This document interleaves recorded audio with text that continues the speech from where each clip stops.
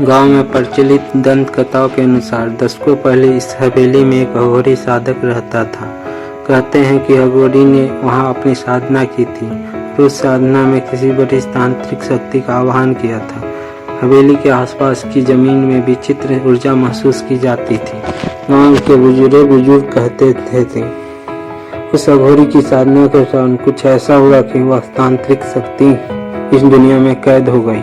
तब से वह हवेली किसी भी को अपनी चपेट में लेने की ताकत में रहती है। समय बीत गया लेकिन हवेली की व्यापकता बढ़ती गई। धीरे धीरे लोग हवेली के पास से गुजरने से भी कतराने लगे। अगर किसी को जाना भी पड़ता तो वे सूरज ढलने से पहले वहां के उस इलाके को छोड़ देते थे। कुछ सालों बाद एक दिन गांव में एक नया परिवार का आगमन हुआ। यह परिवार शहर से आया था और गांव में एक नया जीवन शुरू करने की योजना बना रहा था। परिवार में 3 लोग थे, मोहित, उसकी पत्नी श्रुति और उसके 7 साल की बेटी अंशिका। वहाँ के लोगों ने उन्हें अघोरी की हवेली के बारे में सावधान किया, लेकिन मोहित ने इसे सिर्फ एक अंधविश्वास मानकर नजरअंदाज कर दिया। मोहित ने एक पुराना लेकिन मजबूत मकान खरीदा जो कि हवेली के पास ही था। गांव के लोगों ने उनके इस फैसले से काफी चकित थे, लेकिन वे कुछ नहीं कर सकते थे। मोहित और उसके परिवार ने अपने नए जीवन को शुरुआत कर दी। शुरू के कुछ हफ्ते शांति से बीते। श्रुति ने गांव के जीवन को अपनाने की कोशिश की और अंशिका भी गांव के बच्चों के साथ घुल मिल गई। लेकिन एक रात कुछ अजीब होने लगा। एक रात अंशिका ने अचानक रोना शुरू कर दिया। जब श्रुति उसके पास गई तो उसने देखा कि अंशिका के कमरे की खिड़की खुली हुई थी और बाहर से हवेली की ओर से कुछ आवाजें आ रही थी। अंशिका ने तुरंत खिड़की बंद कर दी और अंशिका को सुला दिया। अगली सुबह श्रुति ने मोहित से इस बारे में बात की, लेकिन मोहित ने इसे सामान्य बात मानकर नजरअंदाज कर दिया। परंतु यह सिर्फ शुरुआत थी। अगले कुछ दिनों में अंशिका का व्यवहार बदलने लगा और पहले जैसी खुशमिजाज नहीं रही, बल्कि चुपचाप और खोई रहने लगी। वह अक्सर हवेली की ओर देखती रहती और कभी कभी वहां की ओर इशारा करती। एक दिन अंशिका ने अपनी माँ से कहा, माँ, वह मुझे बुला रही है। श्रुति का दिल यह सुनकर कांप गया। उसने अंशिका से पूछा कि वह किसकी बात कर रही है। अंशिका ने जवाब नहीं दिया। श्रुति ने तुरंत मोहित से इस बारे में बात की। मोहित ने अंशिका को डॉक्टर के पास ले जाने का फैसला किया। डॉक्टर ने इसे बच्चों का सामान्य कल्पना शक्ति का हिस्सा बताया और कहा कि चिंता की कोई बात नहीं। लेकिन श्रुति का दिल मानने को तैयार नहीं था।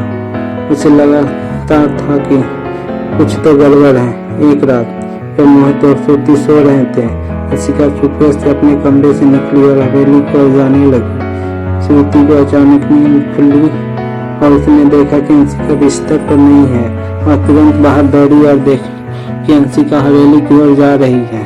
श्रुति ने सीखते हुए मोहित को बुलाया और दोनों ने मिलकर अंशिका को रोकने की कोशिश की, लेकिन अंशिका जैसे किसी अनदेखी ताकत के नियंत्रण में थी। जब वे अंशिका के पास पहुंचे तो उन्होंने देखा कि हवेली के दरवाजे अपने आप खुल रहे थे, जैसे अंशिका का स्वागत कर रहे हैं।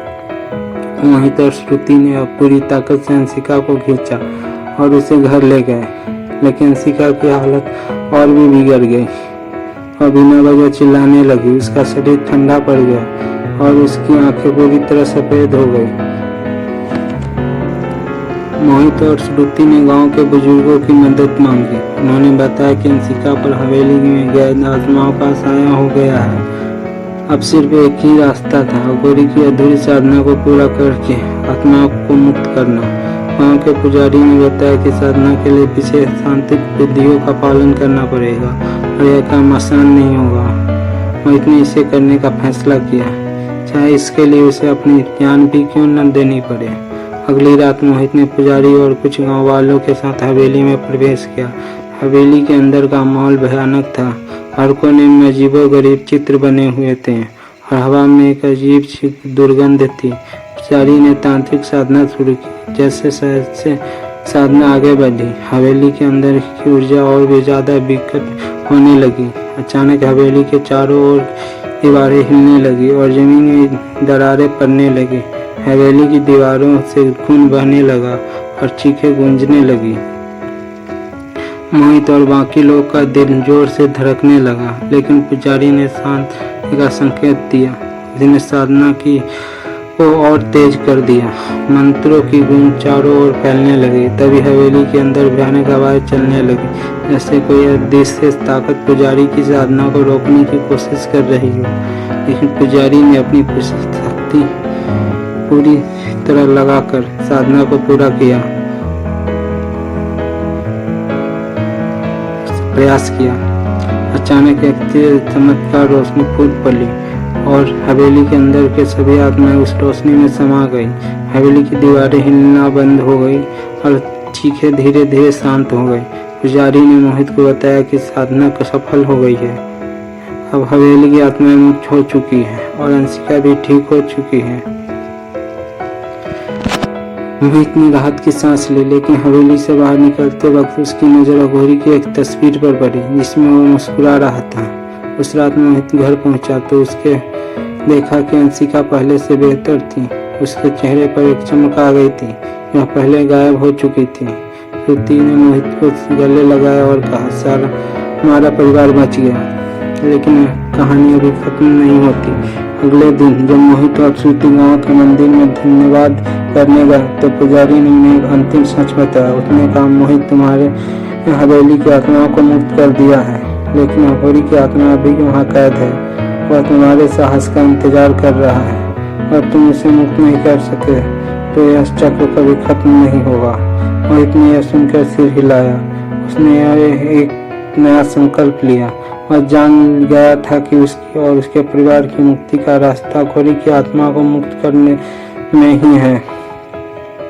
मोहित ने अघोरी की साधना को पूरा करने का फैसला किया। उसने गांव के पुजारी और बाकी गांव वालों के सलाह ली। उन्होंने बताया कि अघोरी की साधना को पूरा करने के लिए उसे उस स्थान पर वापस जाना होगा जहां से उसने अपनी साधना छोड़ी थी। उसने तैयारी की और तय किया कि वो अगली पूर्णिमा की रात को हवेली में वापस जाएगा। यह रात उसके जीवन के सबसे भयानक और कठिन रात होने वाली थी, लेकिन मोहित ने यह ठान लिया था कि वह अपने परिवार और गांव के इस श्राप को मुक्त करेगा। अगली पूर्णिमा की रात मोहित ने अपने साथ कृपया एक लालटेन और कुछ आवश्यक सामग्री ली। उसने अपने परिवार को अलविदा कहा और हवेली की ओर बढ़ चला। हवेली को ओर जाने वाले रास्तों पर सन्नाटा पसरा हुआ था। हवेली के पास पहुंचते ही उसने एक अजीब सी ऊर्जा महसूस हुई, जो पहले से कहीं ज्यादा शक्तिशाली थी।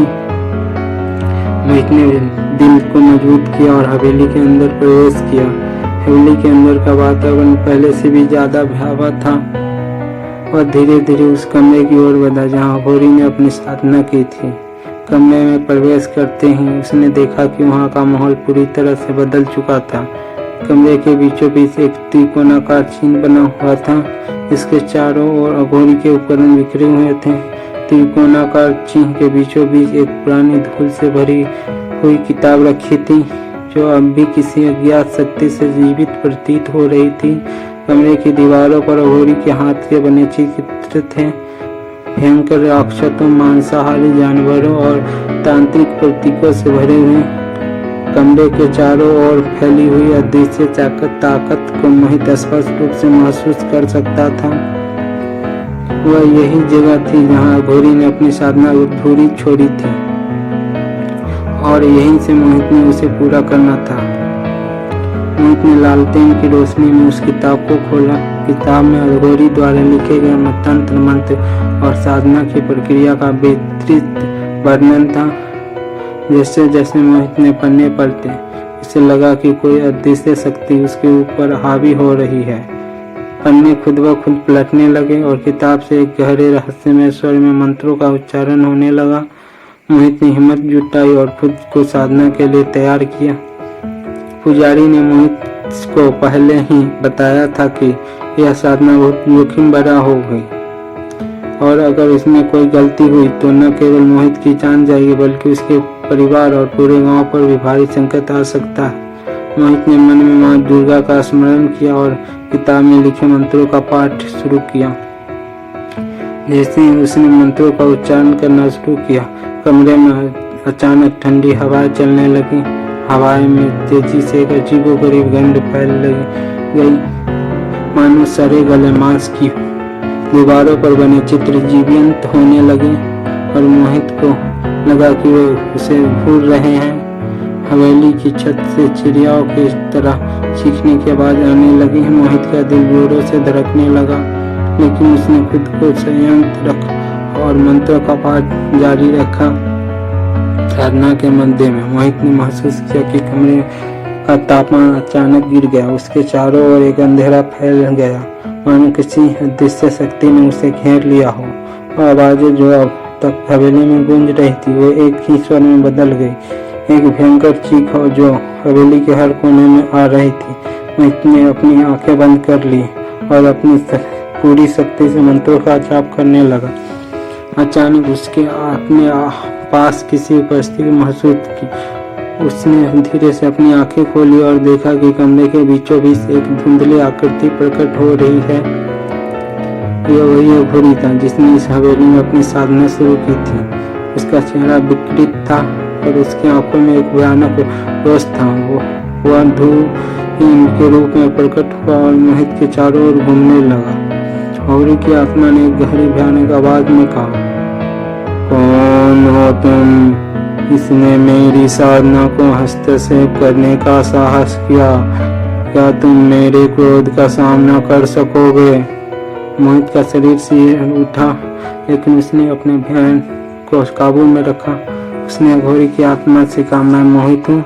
मैं यहाँ तुम्हारी अधूरी साधना को पूरा करने आया हूँ।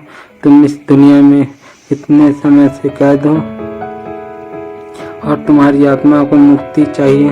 मैं तुम्हारी साधना को पूरा करके तुम्हें इस संसार से मुक्त करने का प्रयास कर रहा हूँ। अघोरी की आत्मा थोड़ी शांत हुई, लेकिन उसका चेहरा अब भी कठोर था। उसने कहा, मेरी साधना अधूरी रह गई थी क्योंकि मैंने उस तांत्रिक शक्ति का आह्वान किया था जिससे मैं उसे नियंत्रित नहीं कर पाया। उस शक्ति ने मुझे अपने नियंत्रण में ले लिया और मैं इसी हवेली में कैद हो गया। अगर तुमने साधना में कोई भी गलती की तो तुम्हारी आत्मा भी हमेशा के लिए कैद हो जाएगी। मोहित ने दृढ़ता से उत्तर दिया, मैं यह जोखिम उठाने के लिए तैयार हूँ। मुझे तुम्हारी आत्मा को मुक्त करने के लिए जो भी करना पड़े मैं करूँगा। अघोरी ने मोहित को साधना की अंतिम विधि बताई, इसे पूरा करना अत्यंत कठिन था। मोहित ने तंत्र मंत्र के माध्यम से तांत्रिक शक्ति को हवेली से निकालना था जो अघोरी की आत्मा को बंधक बनाए हुए थी। इसके लिए मोहित को अपने जीवन की ऊर्जा का एक हिस्सा बलिदान करना पड़ा। मोहित ने अघोरी द्वारा बताई गई विधि का पालन किया। उसने मंत्रों का उच्चारण किया और हवेली के अंदर सभी ऊर्जाओं को नियंत्रित करने का प्रयास किया।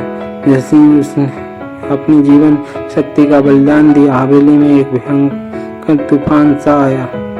हवाओं की गति तेज हो गई और हवेली की दीवारें फिर से हिलने लगी। ऐसा लगा जैसे पूरी हवेली गिरने वाली हो। मोहित का शरीर कमजोर होने लगा, लेकिन उसने हार नहीं मानी। उसने अपनी सारी बची हुई शक्ति को जुटाया और अंतिम मंत्र का उच्चारण किया। अचानक हवेली के अंदर सारी ऊर्जा एक बिंदु पर केंद्रित हो गई और एक जोरदार धमाके के साथ वो ऊर्जा हवेली के बाहर निकल गई। सारी घटनाएं कुछ ही क्षणों में समाप्त हो गया। हवेली शांत हो गई और अघोरी की आत्मा धीरे धीरे धूल में विलीन हो गई। उसने मोहित की ओर देखा और धन्यवाद स्वरूप एक हल्की मुस्कान दी। अघोरी की आत्मा मुक्त हो चुकी थी। मोहित थक कर जमीन पर गिर पड़ा, लेकिन उसके चेहरे पर एक संतोष था कि उसने अपना उद्देश्य पूरा कर लिया। अगली सुबह गांव के लोग हवेली के पास पहुंचे और देखा कि मोहित वहां बेहोश पड़ा है। उन्होंने उसे उठाया और घर ले गए। जब मोहित को होश आया तो उसने अपने परिवार को देखा जो उसकी ओर चिंतित नजरों से देख रहे थे। हंसिका भी वहां थी और वह पहले की तरह स्वस्थ और खुश दिखाई दे रही थी। मोहित ने धीरे से मुस्कुराया और अपनी श्रुति को हाथ थाम लिया। उसने महसूस किया कि सिर्फ अपने परिवार को नहीं बल्कि पूरे गांव को भी उस अघोरी की हवेली के श्राप से मुक्त कर दिया है। गांव वालों ने मोहित की बढ़ोतरी की सराहना की और उस हवेली को पूरी तरह से ढा देने का फैसला किया ताकि कोई और उस तरफ के स्थान के पास न जा सके। मोहित ने इस बात का समर्थन किया और सभी ने मिलकर हवेली को ध्वस्त कर दिया। अब गांव में शांति लौट गई थी। लोग हवेली के स्थान पर बने बिंदु को देखकर राहत महसूस करते थे। मोहित और उसका परिवार अपनी सामान्य जिंदगी में लौट आया, लेकिन मोहित के मन में अभी घोड़ी की आत्मा की स्मृति जिंदा थी। उसने समझा कि दुनिया के बहुत कुछ ऐसा है जो हमारी समझ से परे है और इसे जानने के लिए हमें अपनी सीमाओं को पार करना होता है। उसने यह भी जाना कि कभी कभी हमारे साहस और दृढ़ता से न केवल हमारे जीवन बल्कि दूसरे के जीवन में बदलाव आ सकता है। समय बीतता गया और गांव की नई पीढ़ी में अघोरी के हवेली की कहानियां अपनी नानी दादी से सुना, लेकिन अब यह सिर्फ एक कहानी बनकर रह गई थी। कोई नहीं जानता था कि एक समय ऐसा भी था जब उस हवेली एक ऐसा व्यक्ति जिसने साहस और निर्दयता से न केवल अपनी बल्कि कई आत्माओं को मुक्त किया था। मोहित और उसके परिवार ने